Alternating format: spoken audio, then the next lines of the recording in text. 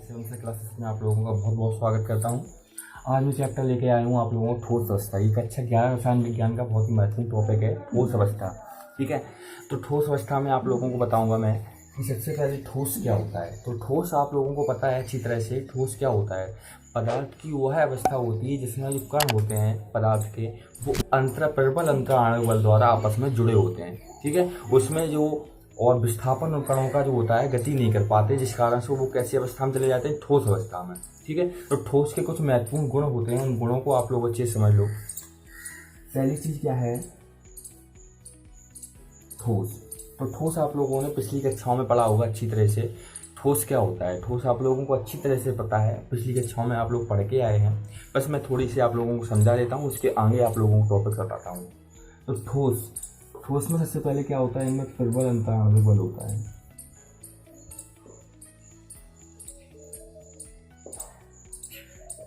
ठीक है, पहली चीज क्या होती है, प्रबल अंतर आणविक बल। कणों के बीच क्या होता है, प्रबल अंतर आणविक बल होता है। दूसरी चीज क्या होता है, इनका आकार,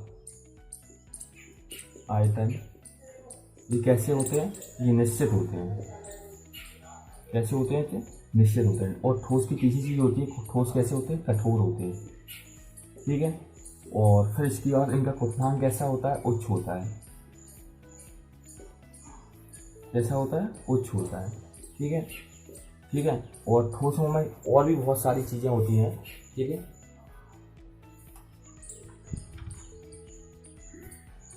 ठीक है। तो ठोस कैसे होते हैं, इनका क्वथनांक उच्च होता है, ठोस प्रबल अंतर आणविक बल होता है इनमें, इनका आकार व आयतन कैसा होता है, निश्चित होता है। ये कठोर और असंपीडी होते हैं, ऐसे भी लिख सकते हैं, कठोर और असंपीडी है। ठीक है, और इसके बाद इनका घनत्व कैसा होता है, घनत्व भी उच्च होता है।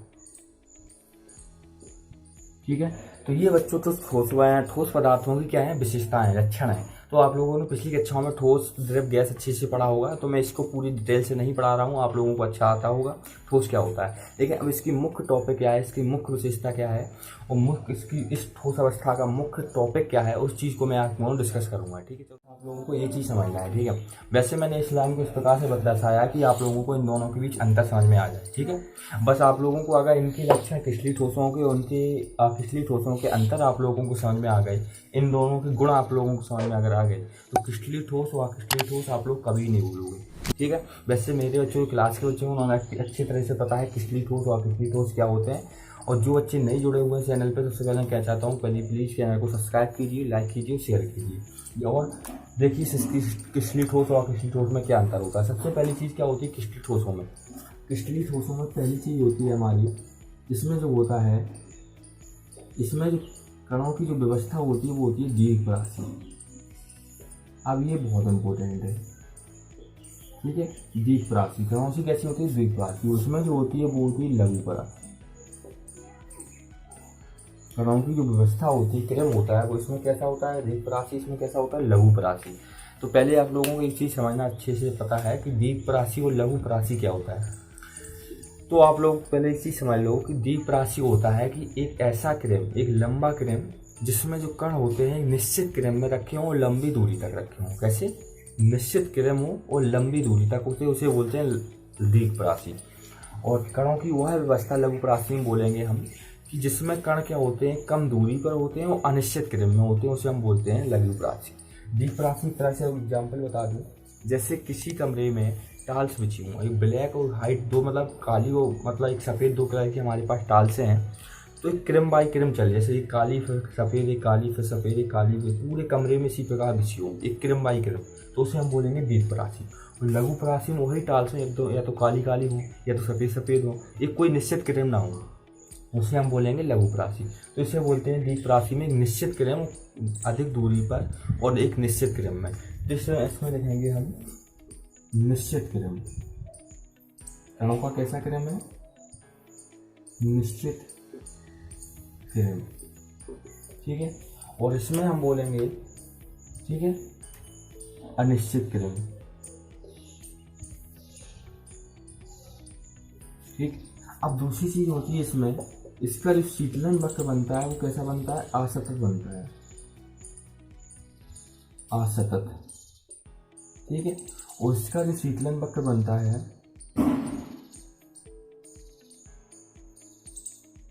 कैसा बनता है, सतत बनता है। ठीक, ये चीज़ें हैं। शीतलन व असतत, तो इसमें बनता है शीतलन व सतत। ये हमारी विशेषताएं किसली ठोस असतत। इसमें क्या चीज़ है, तो सबसे पहले मैं आप लोगों को बता देता हूँ इस प्रकार से। जैसे इसमें हमने समय मान लिया और यहाँ पे हमने ताप बना लिया, यहाँ पे ताप मान लिया, ठीक है, यहाँ पे समय दिए, ठीक। तो यहाँ पे कोई वस्तु रखी है किसली ठोस की, तो किसली ठोस में अगर जैसे हम इसको गर्म करेंगे, किसली ठोस को अगर हम जैसे गर्म करेंगे, किसली ठोस का असतत देखना, तो ये चीज़ जो गर्म होगी तो इसमें क्या होगा, सबसे पहले इसमें गर्म होने के बाद एक ताप पे आकर रुक जाएगी, एक ताप पे आकर रुक जाएगी कुछ समय के लिए, और फिर गर्म होने के बाद फिर कुछ समय के बाद फिर चलने लगेगी, फिर गर्म होगी फिर रुक जाएगी, फिर गर्म होगी फिर रुक जाएगी, ऐसे बनेगा। तो इसका जो शीतलन वक्र बनता है वो असतत बनता है, रुक रुक के बनता है, इसलिए हम इसे बोलते हैं शीतलन व असतत। और इसमें क्या होता है, इसमें जैसे हम इसको गर्म करेंगे सीधा डायरेक्ट दूसरे फॉर्म में आ जाता है, इसलिए इसे बोलते हैं सतत, सीधे डायरेक्ट दूसरे फॉर्म में। समझ में आ गई। अब इसमें क्या होता है, ये जो होती है विषम दैशिकता होता है, इसको हटा दें हम। तीसरी चीज क्या होती है, विषम दैशिकता। विषम दैशिकता, इसमें क्या होता है, इसकी चीज होती है आप लोगों को बिल्कुल अपोजिट है, इसमें होता है समदैशिकता।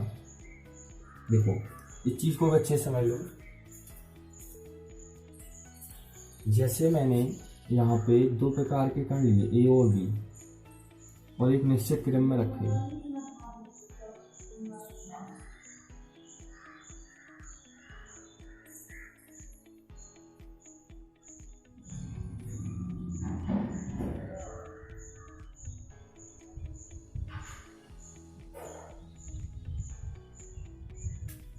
यहाँ पे भी मैंने अब देखो पहले ये समझ लो, मैंने क्या किया है कि दो प्रकार के कण लिए ए और बी, ठीक। ठोस में दो प्रकार के कण है ए और बी, ए और बी मिलकर कणों से मिलकर क्या बनाए, ठोस अवस्था बनाए।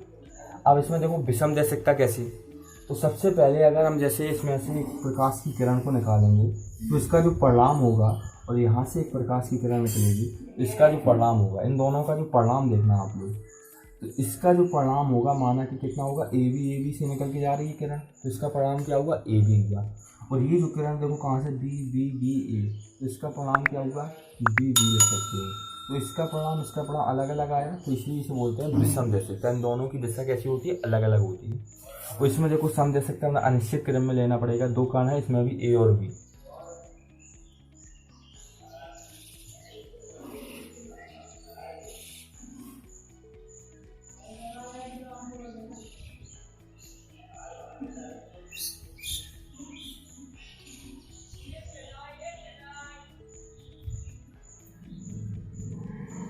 ठीक, जैसे हमने अनिश्चित क्रम में लिया, क्योंकि अनिश्चित क्रम में तो लेना ही पड़ेगा हमें, तो अनिश्चित क्रम में जब लिया, क्योंकि ये लघु परासी है, लघु परासी में क्या बताया था हमें, कम दूरी पर होती है वो निश्चित क्रम होता है, ठीक है।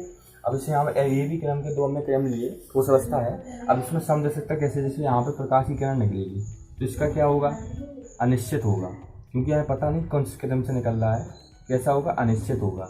और ये यहाँ से अगर प्रकाश की किरण का, ये भी अनिश्चित होगा, ठीक। तो मतलब दोनों चीज़ों में क्या है, अनिश्चित अनिश्चित मिल रहा है। तो जब अनिश्चित अनिश्चित दोनों मिल रहा है तो दोनों समानता तो मिल ही रही है कुछ ना कुछ, तो ये कैसे हो गई, ये सम दैशिकता हो गई। आखिरी बात समझ में आ गई। अब अगली चीज़ देखते हैं,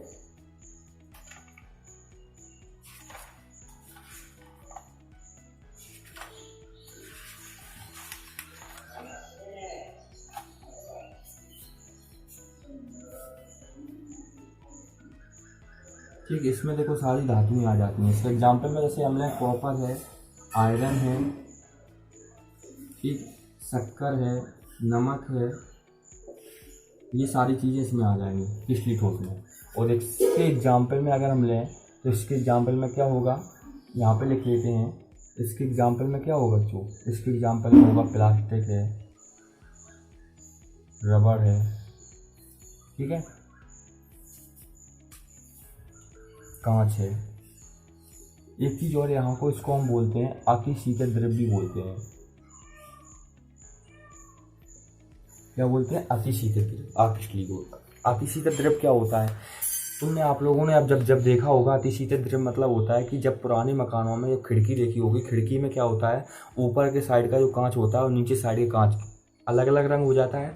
क्यों होता है? क्योंकि कुछ समय के बाद क्या होता है, ठोस जो द्रव के जो कण होते हैं, ठोस के जो कण होते हैं, आकृष्टीय ठोसों के कण, वो क्या होता है कुछ समय के बाद ऊपर से नीचे की वो गमन करते हैं। थोड़े समय, बहुत समय लग जाता है, ठीक, ऐसा नहीं होता जल्दी जल्दी होता द्रव की जहाँ भांति, ऐसा नहीं होता है, बहुत ही समय लग जाता है। तब वो थोड़े थोड़े खिसक जाते हैं वो कण, इससे नीचे की तरफ थोड़ा अलग कलर हो जाता है कांच का, ऊपर की कलर थोड़ा अलग हो जाता है, ठीक है। इसलिए हम उसे बोलते हैं अतिशीतल द्रव, मतलब द्रव की भांति गुण प्रदर्शित करता है।